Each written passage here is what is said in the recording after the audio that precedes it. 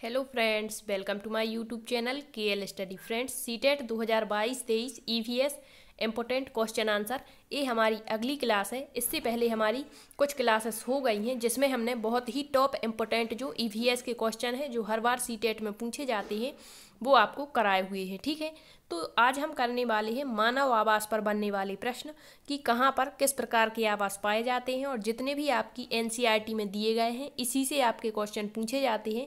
तो आज हम आवास पर सारे क्वेश्चन करेंगे जो पिछली क्लासों में मतलब आपको कराया है, वो भी आपका एनसीईआरटी बेस्ड था और ये भी आपका एनसीईआरटी पर ही आधारित है। और जितने ये क्वेश्चन पूछे गए हैं पिछली परीक्षाओं में वो यहाँ पर लिए हैं और आगे क्या पूछ सकते हैं ये आपको सारी जानकारी यहाँ पर मिल जाएगी। तो इससे पहले हमारे 114 क्वेश्चन हो चुके थे।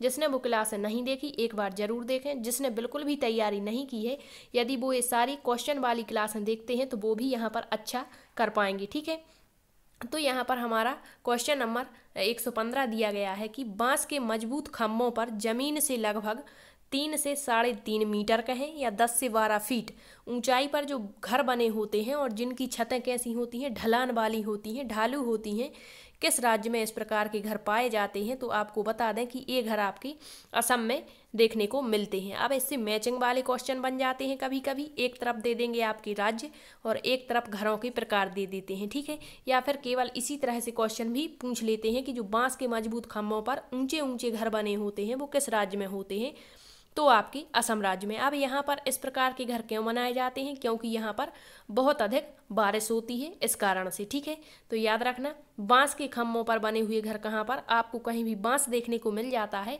तो असम आप टिक मार कर आना बिल्कुल आपका सही होगा। ठीक है, अब इसके अलावा एक क्वेश्चन यहाँ पर बनता है जो स्कूल जाने के रास्ते होते हैं, तो वो हम नेक्स्ट वीडियो लेकर आएंगे कि कहाँ पर किस प्रकार के रास्ते होते हैं। लेकिन इससे पहले आपको बता दें कि यदि इस तरह से पूछता है कि बांस और रस्सी के बने हुए पुल कहाँ पर देखने को मिलते हैं, तो बांस और रस्सी के पुल भी आपके असम राज्य में ही पाए जाते हैं। ठीक है, नेक्स्ट क्वेश्चन यहाँ पर है हमारा 116 नंबर का क्वेश्चन है आपका, पत्थर और लकड़ी से बने ढालू छतों वाले घर कहाँ पर पाए जाते हैं। तो गौर करना, यहाँ पर पत्थर और लकड़ी की बात की जा रही है और यहीं पर आप कंफ्यूज होते हैं और गलत आंसर लगा के आते हैं। यदि आपसे पूछता है कि पत्थर और लकड़ी से बने ढालू छतों वाले घर कहाँ पर पाए जाते हैं, तो यदि राज्य दिया होगा तो हिमाचल प्रदेश, और यदि राज्य नहीं है तो मनाली में आपके ये घर देखने को मिलते हैं। किससे बने होते हैं? पत्थर और लकड़ी से। ठीक है, अब आपको याद करने का इसका तरीका बता दें। यहाँ आप मनाली ना कह के पनाली कहेंगे। पनाली से पा से पत्थर और ला से लकड़ी हो जाएगा। इस तरीके से आपका याद रह जाएगा। ठीक है, नेक्स्ट देखते हैं हम मिट्टी के घर। केवल मिट्टी की बात करता है तो मिट्टी के घर जिनकी छतें कटीली झाड़ियों, अब कटीली झाड़ियों में आपका नीम हो गया या कीकर हो गई जिसमें आपके कीड़े नहीं लगते हैं, तो कटीली झाड़ियाँ छाई रहती हैं। तो आपके मतलब यदि लैंग्वेज बना करके क्वेश्चन पूछेंगे तो यही कहेंगे कि मिट्टी के बने हुए घर जिनकी छतें जो है नीम एवं कीकर की लकड़ियों से छाई रहती हैं और इनके जो फर्श होते हैं गोबर से लीपे जाते हैं, यह किस राज्य में बने होते हैं। तो इस प्रकार के जो घर हैं आपके राजस्थान राज्य में ग्रामीण इलाकों में देखने को मिलते हैं, तो याद रखना। ठीक है, नेक्स्ट क्वेश्चन इसी से बनता है एक कि जो राजस्थान के ग्रामीण इलाकों में घर बने होते हैं वो मिट्टी के बने होते हैं और इनकी जो फर्श होती है वो गोबर से लीपी जाती है। ऐसा क्यों किया जाता है? अब वहाँ पर आपके ऑप्शन दे देंगे कि घर को सजावट मतलब घर को अच्छा दिखाने के लिए लीपे जाते हैं, इस तरह से। ठीक है, तो यहाँ पर आपको ऑप्शन देखना है, इस तरह का ऑप्शन दिया होगा आपका, इसलिए लीपे जाते हैं क्योंकि उसमें कीड़े मकोड़े ना लगें और दीमक ना लग पाए, इस कारण से। ठीक है, तो ये भी आपको याद रखना है। नेक्स्ट क्वेश्चन है पत्थर के बने घर। अभी हमने क्या पढ़ा? पत्थर और लकड़ी की, तो वो मनाली में थी। अब यहाँ कहा है कि पत्थर के बने घर, यहाँ पत्थर नहीं तो मिट्टी भी हो सकता है। पत्थर और मिट्टी के बने घर जिनकी जो फर्श है और जो छतें हैं लकड़ी की बनी होती हैं और इनकी छतें ढलान वाली और बर्फ से ढकी रहती हैं। किससे? बर्फ से ढकी रहती हैं। ये कहाँ पर पाए जाते हैं? तो ये आपके लद्दाख में पाए जाते हैं। अब आपको बता दें कि जो लद्दाख है हमारा एक ऊबड़ खाबड़ इलाका होता है और यहाँ पर जो घर होते हैं इनमें 2 मंजिलें पाई जाती हैं। ठीक है, कितनी? 2 मंजिलें बनी हुई होती हैं। तो जो ऊपर की मंजिल होती है इसमें मनुष्य का निवास होता है और निचली मंजिल में क्या होते हैं? जानवर रहते हैं। ठीक है, अब यहाँ पर मतलब यहाँ पर इनके गाय बैल वगैरह जो भी ये वहाँ पर पालते हैं, बकरी ऊँट याक। ठीक है, तो ये यहाँ पर रहते हैं। अब यहाँ पर जब बहुत अधिक ठंड पड़ती है तो जो ऊपरी स्तर होता है घर का मतलब ऊपर का जो छत होता है उससे जो लोग हैं वो नीचे रहने के लिए आ जाते हैं। और इनके जो मकान हैं इनमें खिड़कियां नहीं होती हैं, क्योंकि यहाँ पर बहुत ही क्या होती है, बर्फ होती है और ढके हुए घर होते हैं। तो 2 मंजिला घर यहाँ पर देखने को मिल जाते हैं, ठीक है। और नीचे का जो फर्श होता है यहाँ पर एक भूसे के लिए व्यवस्था की जाती है, भूसा भी भर करके रखते हैं, ठीक। अब जो लद्दाखी है यहाँ पर चांगपा जनजाति पाई जाती है, आपने पढ़ा होगा, ठंडा रेगिस्तान इसे कहते हैं। चांगपा जनजाति जो होती है लगभग 5000 किलोमीटर की ऊंचाई पर, और जो है यह चांगपा जनजाति जो है यह बकरी और याक और भेड़ों को पालते हैं, और बकरी का जो ऊन होता है उससे ऊन प्राप्त करते हैं।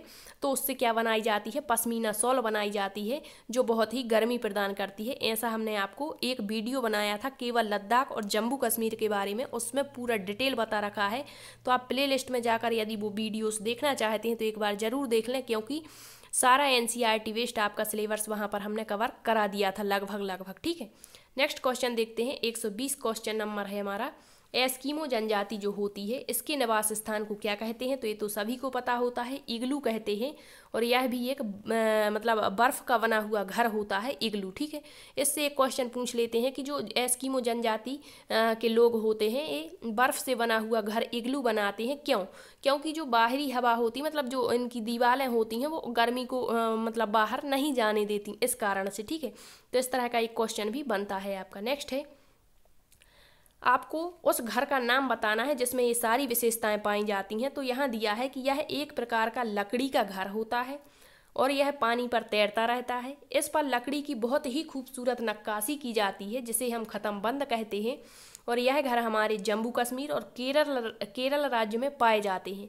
इनका उपयोग पर्यटन के लिए किया जाता है।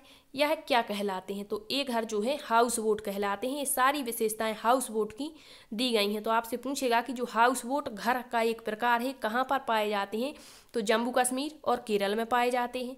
और इस पर जो लकड़ी की बहुत खूबसूरत नक्काशी होती है उसे क्या कहते हैं, तो उसे खत्मबंद कहते हैं। इससे आपके कई क्वेश्चन बन जाएंगे, ठीक है। पर्यटकों के लिए प्रयोग किए जाने वाले घर कौन से हैं, तो हाउस बोट हैं आपके। लकड़ी का बना पानी पर तैरता हुआ घर क्या कहलाता है, हाउस बोट कहलाता है, ठीक है। तो ये आपको याद रखना है, ये सारी विशेषताएं आपकी हाउस बोट की हैं और जो कि आपके जम्मू कश्मीर और केरल में देखने को मिलते हैं। अब एक बात और है यहाँ पर, जो एक केरल में फेरी नाव करके चलती है, फेरी, और एक होती है बल्लम, ठीक है। ये दोनों नाव होती हैं जिसका प्रयोग वहाँ पर बच्चे स्कूल जाने के लिए करते हैं। और बल्लम लकड़ी की बनी एक छोटी नाव होती है। पिछली बार क्वेश्चन पूछा गया था, एक केरल में दोनों नाव देखने को मिलती हैं, तो ये भी याद रखना, ठीक। नेक्स्ट है आपका क्वेश्चन, नक्काशी रहित हाउस बोट क्या कहलाते हैं, तो जिन पर नक्काशी नहीं होती है वो हाउस बोट आपके डोंगे कहलाते हैं। और ये भी आपके कश्मीर में देखने को मिलते हैं। और यह एक चलता हुआ घर होता है, ठीक है। मतलब एक स्थान से दूसरे स्थान पर जाता रहता है और वहाँ के जो स्थानीय लोग हैं इसका उपयोग वो करते हैं, ठीक है। और इसमें अलग अलग कमरे भी बने होते हैं, ये भी याद रखना, ठीक। नेक्स्ट है आपका यहाँ पर दिया है, लद्दाख की जो चांगपा जनजाति है याक के बालों की पत्तियों से टेंट बनाते हैं। तो एक बात यहाँ पर ये निकल के आती है कि जो चांगपा जनजाति है वो किस में रहती होगी, टेंटों में, मतलब टेंट बनाकर। और जो टेंट होते हैं वो स्थानीय नहीं होते हैं, मतलब स्थायी नहीं होते बल्कि अस्थायी होते हैं। कभी यहाँ पर टेंट लगा लिया, कहीं दूसरे स्थान पर जाकर टेंट लगा लेते हैं, ठीक है। तो क्या होता है कि जो लद्दाख की चांगपा जनजाति है याक के बालों की पत्तियों से टेंट बनाते हैं, जिसे क्या कहते हैं, तो इसे रेबो कहते हैं। क्या कहते हैं, रेबो कहते हैं, ठीक है। ये भी याद रखना, याक के बालों और पत्तियों से, यहाँ पर याक के बाल का प्रयोग करते हैं और पेड़ पौधों की पत्तियों का प्रयोग करते हैं टेंट बनाने में, जिसे क्या कहते हैं, हम रेबो कहते हैं, याद रखना। और यदि आपसे पूछता है कि जो टेंट होते हैं वो स्थायी होते हैं या अस्थायी, तो अस्थायी होते हैं कुछ समय के लिए, ठीक है। और जो शिकारी लोग होते हैं वो इनका ज़्यादा प्रयोग करते हैं शिकार के दौरान। नेक्स्ट है आपका क्वेश्चन 124 नंबर का क्वेश्चन है, हवेली। तो जो हवेलियां होती हैं इनका निर्माण प्राचीन समय में राजाओं, महाराजाओं और अमीर लोगों के द्वारा किया जाता था।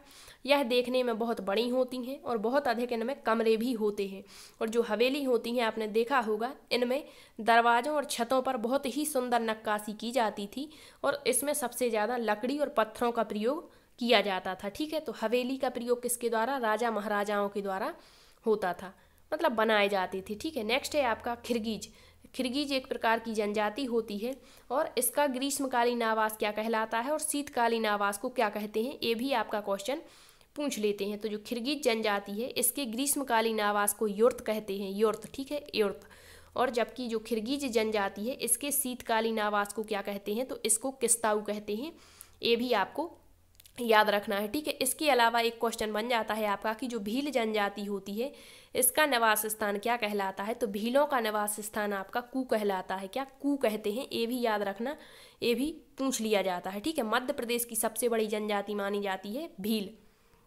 भीम भागो आपने एक ट्रिक पढ़ी होगी, तो भारत की सबसे बड़ी पूछता है, तो भारत की सबसे बड़ी जनजाति गौड़ होती है, जबकि मध्य प्रदेश की सबसे बड़ी जनजाति भील मानी जाती है। तो ये भी आपको याद रखना है, उत्सव में पूछ लेते हैं कभी कभी, ठीक है।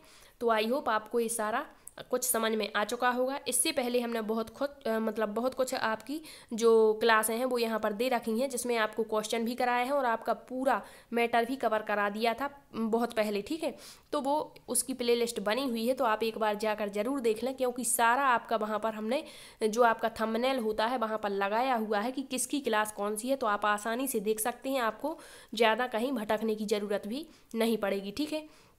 इसके बाद हम नेक्स्ट क्लास लाएंगे, जिसमें आपके या तो स्कूल आने जाने के रास्ते पर क्वेश्चन करवा देंगे, या जो भी इम्पोर्टेंट रहेगा वो क्वेश्चन लेकर के आएंगे, ठीक है। Thank you.